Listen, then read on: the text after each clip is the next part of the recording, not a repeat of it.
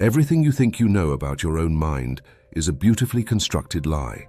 Your memories are being rewritten and your attention is being harvested. We are biological machines running ancient software in a digital world.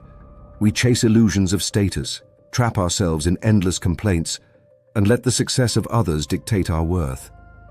We seek out the failures of those around us just to feel a fleeting rush of superiority, a hollow drug that leaves us entirely stagnant.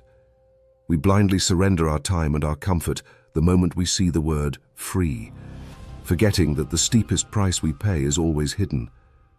We adjust to luxury so rapidly that yesterday's miracles become today's expectations, trapping us on an endless treadmill of dissatisfaction. But what if you stopped fighting the wrong battles? What if you realized that your only true competition is the ghost of who you were yesterday?